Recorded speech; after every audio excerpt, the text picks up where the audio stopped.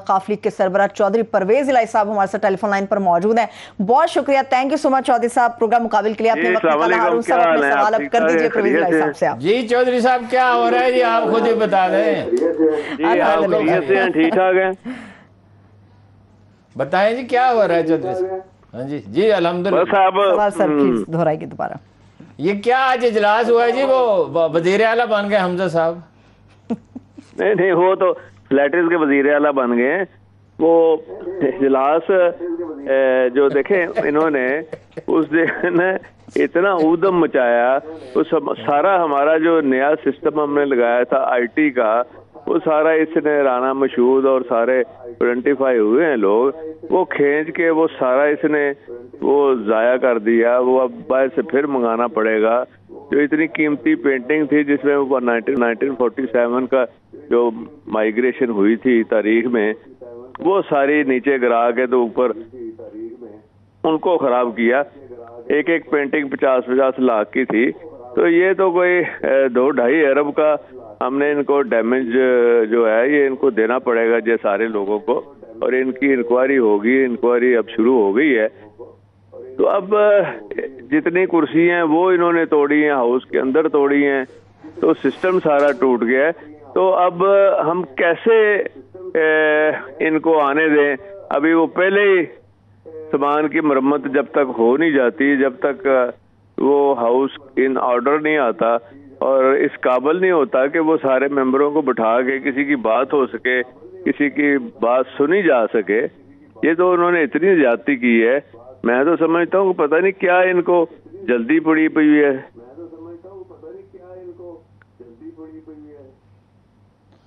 जल्दी बेचैनी तो होती है ना इक़्तिदार की। अच्छा ये इससे हटकर मैं एक सवाल करता हूँ। सुप्रीम कोर्ट में 2 चीज़ें ज़ेर बहस हैं, आप देख रहे होंगे बड़े गौर से। माशाल्लाह आपको बहुत तवील तजुर्बा है। एक तो आर्टिकल 5 के इंटरप्रिटेशन का मसला है और दूसरा ये है कि इलेक्शन के लिए जज हजरात कह रहे हैं कि क्या एतराज़ है, इलेक्शन होना चाहिए। आपके ख्याल में इलेक्शन के अलावा भी कोई हल है?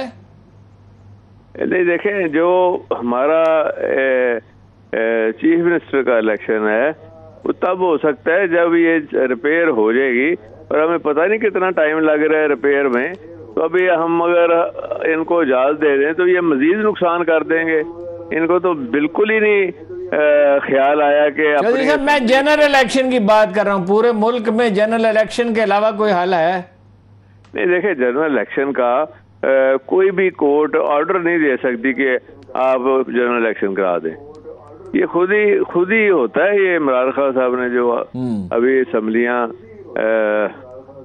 तोड़ के और नए इलेक्शन का जो ऐलान किया है, वो तो चाहते हैं कि जी नया मैंडेट आ जाए, नई असम्बली आ जाए और सारा काम सही हो, बजाय इसके कि ब्लैक मेलिंग हो और मेंबरों की बदनामी। बहुत शुक्रिया, बड़े नवाजिश आपके। कोई जरूरी बात है आप कहना चाहते हो तो फरमाएं। मैं यही कहना चाह रहा था कि देखें ओवरऑल ये भी सबको सोचना चाहिए, जितने भी प्लेयर्स आपको नजर आते हैं इस सारे निजाम में, कि इस चीज का ख्याल रखें कि ओवरऑल भी ये अपना नुकसान कर रहे हैं सारे मेंबरान। ये बार बार बिकने की बातें हो रही हैं, बार बार ये असम्बली को नुकसान पहुंचाने की, जहां बैठते हैं जिस घर को बैठते हैं उसी को तोड़ रहे हैं ये। तो ये इससे इनकी अपनी बदनामी हो रही है, ये मेंबरों की बदनामी हो रही है, पूरे हाउस की बदनामी कर रहे हैं ये सारे।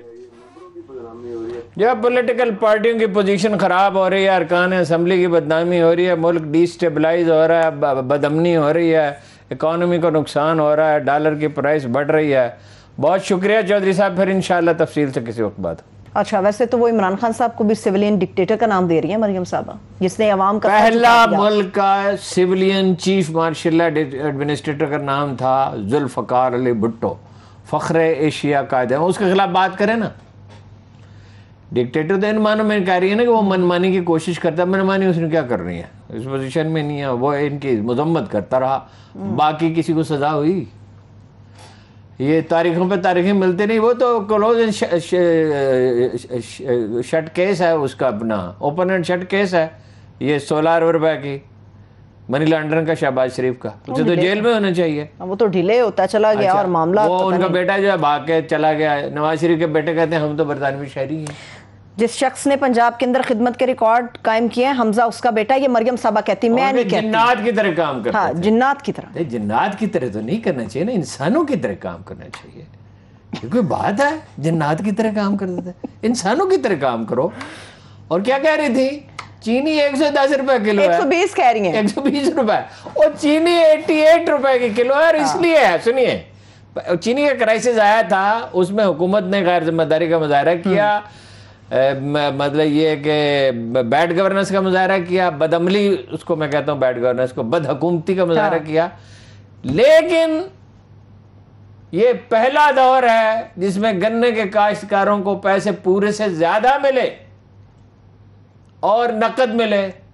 تو چینی تو اب 88 روپے کی ہوگی، جب 150 روپے کی بجائے 250 روپے ملیں گے. پچھلے سال تو ایوریج 260 روپے تک گئی، کچھ آخر میں انہوں نے 300 روپے بھی بیچا. صحیح ہے. گنے کے کاشتکاروں کو پیسے، چینی ہے 88 روپے، اس کو تو یہی نہیں پتا. دوسری بات ہے غلط بیانی کرنے میں تو رتی برابر محترمہ کو تامل ہے ہی نہیں نا. لندن تو کیا، پاکستان میں بھی میری تو کوئی جائیداد نہیں، وہ ایک ہو تو حساب مجھے تو ہونا. بے نظیر انکم سپورٹ پروگرام پہ ہونے چاہیے. میں تو والد صاحب کے دسترخوان پہ کھانا کھاتی ہوں. ساری باتیں چھوڑیے ہارون صاحب، کہیں نہ کہیں ایسا ایلیمنٹ لگا ہے مجھے کہ پرویز الہی صاحب کو دوبارہ سے رام کرنے کی کوشش کر رہے ہیں. نہیں لگا کیا، یہ تو خبر ہے، یہ آپ نے میری خبر ہی ضائع کر دی. تو پریس کانفرنس میں جو باتیں کر رہی ہیں ان کے والد گرامی کے حوالے سے ظہور الہی صاحب کی ذکر. بھائی وہ یہ کہتے ہیں ہمیں ان کے وعدوں پہ بھروسہ نہیں. ایک دفعہ نہیں، سنو، 2 دفعہ نہیں، 4 دفعہ نہیں، 10 دفعہ میری چودھری شجاعت سر پرویز الہی سے بات ہوئی ہے. ان کی کتاب موجود ہے، وہ کہتے ہیں ان کے وعدوں پہ اعتبار کیا ہی نہیں جا سکتا. چودھری شجاعت صاحب کی بھی کتاب میں. دوسرے جو ہیں وہ ہیں، اس خاندان کو سب سے زیادہ کون جانتا ہے؟ حماد کے والد صاحب کا کیا نام ہے؟ میاں اظہر. میاں اظہر لاہور والے انہیں کہتے ہیں لاڈ سے میاں اجی.